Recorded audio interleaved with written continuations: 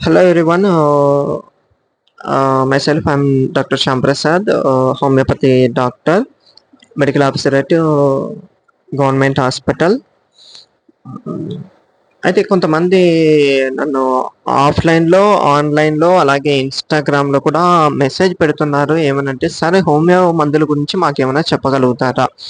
అంటే హోమియోపతి మందులు మనకి అలోపతి మందుల్లాగా, అనగా పెయిన్ కిల్లర్ అంటే నొప్పి రాగానే హోమియో మందు వేసుకుంటే తగ్గిపోవడము. అదేవిధంగా జ్వరం వచ్చిన తర్వాత పారాసిటమాల్ వేసుకుంటే ఎట్లా తగ్గుతుందో, అలాగే హోమియోపతి మందులు ఏమైనా ఉన్నాయా తగ్గడానికి? అదేవిధంగా దగ్గొస్తే మనం టస్క్యూ సిరప్, సిపిఎం సిరప్‌లు తాగినప్పుడు ఎలాగైతే కంట్రోల్ అయితుందో, అలాగా హోమియోలో కూడా ఏమన్నా సిరప్‌లు, మందులు లాంటివి ఉన్నాయా? అట్లా అంటే కడుపులో నొప్పొస్తే ఎమ్మటే డైసైక్లోమైన్ ఏసుకునే తగ్గుతుంది కదా! అలాగే హోమియోలో కూడా ఏమన్నా మందులున్నాయా అని అడిగారు. సో, అయితే వాళ్ళ గురించి ప్రెజెంట్ నేను ఈ వీడియో చేస్తున్నాను. ఇందులో యూట్యూబ్‌లో ఉన్న సబ్‌స్క్రైబర్స్ కూడా కొంతమంది అడిగారు కాబట్టి యూట్యూబ్‌లో ఈ వీడియో చేసి పెట్టాల్సొచ్చింది.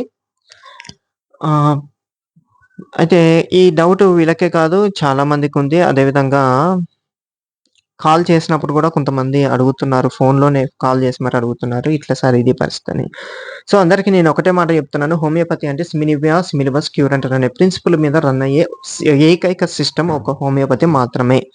అంటే దాని వివరణ ఏంటి అంటే, మనిషి యొక్క అంటే ఆ రోగి యొక్క సింప్టమ్స్ ఏమని ఉన్నాయో, అతని యొక్క మానసిక పరిస్థితి ఎలా ఉంది, శారీరక పరిస్థితి ఎలా ఉంది, సోషియో ఎకనామిక్ స్టేటస్ ఎలా ఉంది, ఇవన్నీ తెలుసుకొని వీటి మీద ఆధారపడి ఇచ్చే మందులే హోమియో మందులు. ఇలా ఇవ్వడం ద్వారా ఏం జరుగుతుంది అంటే, లోపలున్న ఈ వైటల్ ఫోర్స్ అంటే సింపుల్‌గా చెప్పాలంటే ఇమ్యూనిటీ పవర్ అనేది ఆటోమేటిక్‌గా పెరుగుతుంది.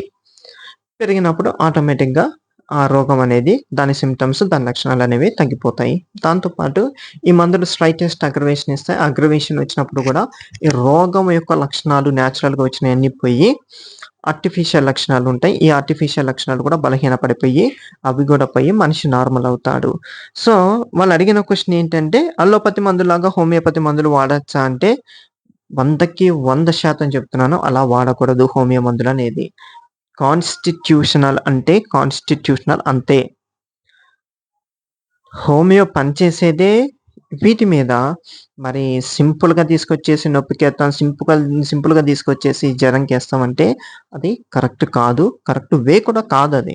జలుబు, దగ్గు, జ్వరానికి కూడా మందులున్నాయి. నువ్వు డాక్టర్ దగ్గరికెళ్తే అసలు జలుబు, దగ్గు, జ్వరం వాటికి సంబంధించిన సింప్టమ్స్ అన్నీ రాసుకొని అది రావడానికి కారణం ఏందని అడుగుతారు.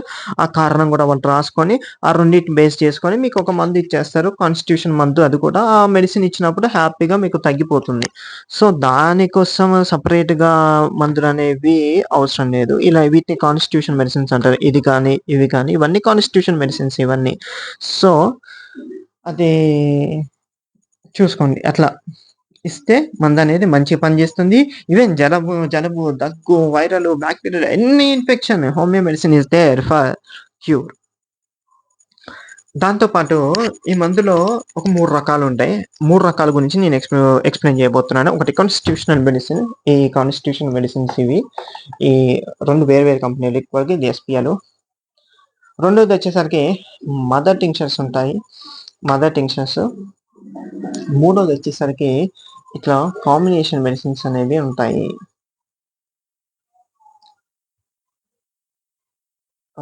ఇవన్నీ కాంబినేషన్ మెడిసిన్స్ అంటారనమాట.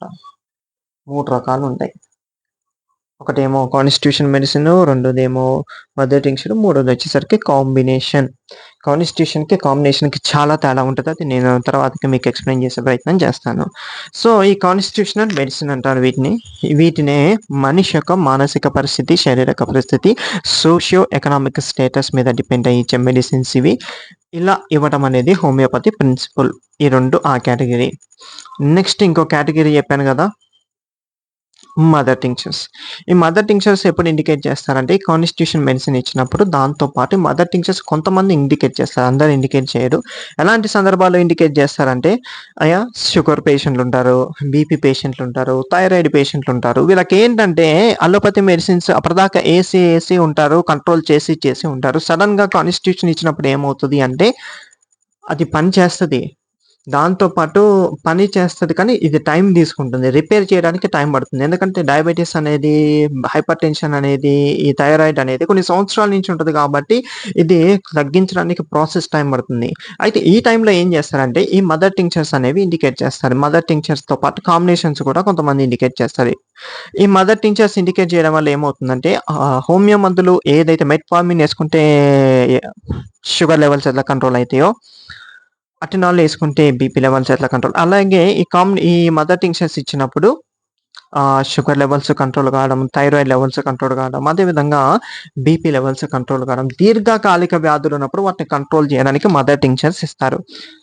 అంటే దాంతో పాటు కొన్ని సందర్భాలు ఒబెసిటీ ఉన్నప్పుడు లావు తగ్గడానికి, అదేవిధంగా కొన్ని సందర్భాల్లో లాక్టేటింగ్ మదర్‌లో పాలు రాకపోతే ఆ పాల ప్రొడక్షన్ అనేది పెరగడానికి కూడా ఈ మదర్ టింక్షన్స్ అనేవి ఇస్తారు కాన్‌స్టిట్యూషన్‌తో పాటు.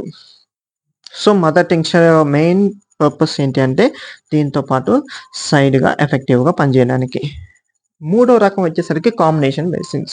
ఇందాక చెప్పాను గదా! జరానికో మందు, జలుబుకో మందు అంటే ఉన్నాయి. వాటిని కాంబినేషన్ మెడిసిన్స్ అంటారు. జరం రాంగానే ఒక రకం కాంబినేషన్ మెడిసిన్ ఏసేస్తే R1 అని ఉంటది. Inflammation drops. జరం ఎమ్మటే కంట్రోల్ అయిపోతుంది. నొప్పి కంట్రోల్ అవుతుంది. వాపు కంట్రోల్ అవుతుంది. నీళ్లు గారడం కంట్రోల్ అవుతుంది. దగ్గనేది కంట్రోల్ అవుతుంది. సో, అట్లా R70 ఇప్పుడు R73 ఇక్కడ మీకు కనపడుతుంది జాయింట్ డ్రమ్స్. ఇది ఏసుకోగానే జాయింట్ నొప్పులు తగ్గిపోతాయి. కాళ్ళ నొప్పులు తగ్గుతాయి. ఈ కీళ్ళ మధ్యలో ఉన్న గుజ్జు తగ్గిపోయి కరకరలాడడం ఉంటది చూడండి, అది కూడా తగ్గుతది. అంటే ఇవన్నీ మీకెందుకు చెప్తున్నానంటే, ఈ మెడిసిన్ ఇస్తే టెంపరరీ రిలీఫే ఉంటుంది మనకి. ఆ మెడిసిన్ వాడినంత కాలం బానే ఉంటది. మళ్ళీ అది ఆపిన తర్వాత నొప్పులొస్తాయి. అంటే అన్ని కాంబినేషన్స్ కాదు, కొన్నిటికి మాత్రం చెప్తున్నాను దీర్ఘకాలిక వ్యాధుల్లో. అది యేసుకున్నంత సేపు బానే ఉంటది. అది ఆపిన తర్వాత మళ్ళీ నెలకో, 15 రోజులకో మళ్ళీ స్టార్ట్ అవుతాయి నొప్పులు. అదే టైంలో దీంతో పాటు ఇలా మనిషి యొక్క పూర్తి కేస్ టేకింగ్ తీసుకొని, కేస్ హిస్టరీ తీసుకొని ఈ మెడిసిన్ ఇచ్చినప్పుడు మళ్ళీ రిపీట్ కావడం అనేది జరగదు. దానికి అదే తేడా. ఈ రెండిటికి దీనికి ఏంటి తేడా అంటే, ఇవి 2 యేసుకున్నంత కాలం బానే ఉంటాయి. తర్వాతొస్తాయి. కానీ దాంతో పాటు కాన్స్టిట్యూషన్ మెడిసిన్ ఎప్పుడైతే ఇస్తామో అవి రిపీట్ అవ్వడం అనేది జరగదు. కొంతకాలానికి పూర్తిగా తగ్గిపోతాయి. ఎగ్జాంపుల్ చెప్తున్నాను, ఆస్తమా. ఆస్తమా పేషెంట్‌లో ఒక కాన్స్టిట్యూషన్ మెడిసిన్ ఇచ్చేసి, దాంతో పాటు ఒక కాంబినేషన్ ఉంటుంది. R43 అనే కాంబినేషన్ ఉంటుంది. Bronchial drops. ఇది బ్రాంకియల్ డ్రాప్స్ ఇన్‌ఫ్లమేషన్‌కి ఉపయోగపడుతుంది R43. దాంతో పాటు ఆస్తమాకి కూడా ఉపయోగపడుతుందది. ఆయాసం రాకుండా కూడా ఉపయోగపడుతుంది. సో, ఈ R43 ఇచ్చినప్పుడు ఏమవుతుందంటే, క్విక్ రిలీఫ్ ఉంటుంది ఆస్తమా నుంచి. క్విక్ రిలీఫ్ ఎమ్మటే బయటపడిపోతారు. దాంతో పాటు కాన్స్టిట్యూషన్ ఇచ్చినప్పుడు ఏమవుతుందంటే, పూర్తిగా బయటపడిపోతారు. ఈ రెండిటికి తేడా అదే. సో, ఈ 3 రకాల మందులున్నాయి. ఒకటి కాన్స్టిట్యూషన్ మెడిసిన్, రెండోది వచ్చేసరికి మదర్ టింక్చర్స్, మూడోదొచ్చేసరికి కాంబినేషన్ మెడిసిన్స్. ఇప్పుడు చెప్పాను గదా! ఇవన్నీ గూడా గుర్తుపెట్టుకోండి. అడిగారు కాబట్టి ఈ వీడియో చేస్తున్నాను. దాంతో పాటు ఈ కాంబినేషన్‌లో కొన్ని కాన్స్టిట్యూషన్‌గా పనిచేసేవి ఉంటాయి. Example hair care drops. చూడండి, R89 అని, ఇది హెయిర్ కేర్ డ్రాప్స్. ఈ డ్రాప్స్ కంటిన్యూగా వాడడం వల్ల ఏమవుతుంది అంటే, ఒక 6 మంత్స్‌లోనే మనకి చేంజెస్ అనేవి కనపడతాయి. ఒకటి, జుట్టు ఒత్తుగా పెరుగుతుంది. దాంతో పాటు ఆరోగ్యంగా పెరుగుతుంది. దానికి న్యూట్రిషన్, బ్లడ్ సప్లై అనేది పెరుగుతుంది. కాబట్టి హెయిర్‌కి కావాల్సిన న్యూట్రిషన్ అనేది అందుతుంది. దాంతో పాటు బాల్డ్, ఎక్కడైతే మనకి జుట్టు లాస్ అయిపోయిందో బ్లడ్ సప్లై రావడం వల్ల అక్కడ కూడా పోయిన చోట కూడా హెయిర్ మొలిపించే సామర్థ్యం ఈ మందుకుంది. కానీ ఈ మందేసుకోవడానికి ముందు కూడా ఈ కాన్స్టిట్యూషన్ మెడిసిన్ అనేది కంపల్సరీ. ఈ కాన్స్టిట్యూషన్ మెడిసిన్స్ అనేవి కంపల్సరీ. ఇది పనిచేస్తుంది బానే. కానీ దీంతో పాటు పేషెంట్ యొక్క ముందు మానసిక పరిస్థితి ఏంటి? జుట్టు రాలిపోవడానికి కూడా కారణాలుంటాయండి. చాలా సిల్లీ రీజన్స్ కూడా ఉంటాయి కాలిపోవడం అదేంటి జుట్టు రాలడానికి. కానీ అది ఏంటి కారణం అనేది తెలుసుకొని ఇచ్చేది ఇదే. దీనికి సపోర్ట్ చేసే ఈ 2. సో, మనం మెడిసిన్స్ వాడేటప్పుడు చాలా జాగ్రత్తగా వాడాలి. హోమియోపతి వాడేటప్పుడు కూడా మరీ జాగ్రత్తగా వాడాలి. ఒక డాక్టర్ కన్సర్న్ లేకుండా మన ఇష్టానికి మనం కాంబినేషన్స్ కానీ, మదర్ టింక్చర్స్ కానీ, ఈ మెడిసిన్స్ కానీ ఏసుకోవడానికి వీలనేది లేదు. కంపల్సరీగా డాక్టర్‌ని సంప్రదించి వేసుకోవాల్సిందే మెడిసిన్స్ అన్నీ కూడా. అయితే హోమియో స్పెషాలిటీ ఏంటంటే, పక్షవాతం వచ్చిన వాళ్ళకి అలోపతిలో ఎక్కడికి తిప్పినా షార్ట్ ట్రీట్మెంట్లు ఇచ్చినా ఒక 5%, 10% సెట్ అవుతారేమో. కానీ ఈ హోమియోపతి మందులతో వచ్చేసరికి 90% రికవరీ అవుతారు. కంపల్సరీ గ్యారంటీగా అవుతారు. ఇందులో ఛాన్సెస్ కాదు, నేను చెప్పేది గ్యారంటీగా అవుతారు. ఇన్ఫర్టిలిటీ ఉన్న వాళ్ళకు కూడా గ్యారంటీగా వాళ్ళు తిరిగి గర్భం దాల్చే అవకాశం అని ఉంటుంది. అది మెన్‌లో ప్రాబ్లమ్ అయినా, ఉమెన్‌లో ప్రాబ్లమ్ అయినా సరే. బట్ ట్రీట్మెంట్ అనేది ఇద్దరు తీసుకోవాల్సిందే. ఒక్కళ్ళకి లోపం ఉన్న ఇద్దరు ట్రీట్మెంట్ తీసుకోవాల్సింది. అదేవిధంగా కొన్ని క్యాన్సర్ లాంటి పేషెంట్లు కొంతమంది క్యూర్ అయ్యారు. కొంతమందికి చాలా కంట్రోల్ అయింది. కొంతమందికి లైఫ్ స్పాన్ అనేది పెరిగింది. ఈ లైఫ్ స్పాన్ ఎలా పెరిగిందంటే హెల్తీగా పెరిగింది. హ్యాపీగా పెరిగింది. వాళ్ళు ఈ టైంలో చాలా హ్యాపీగా ఉండేవాళ్ళు.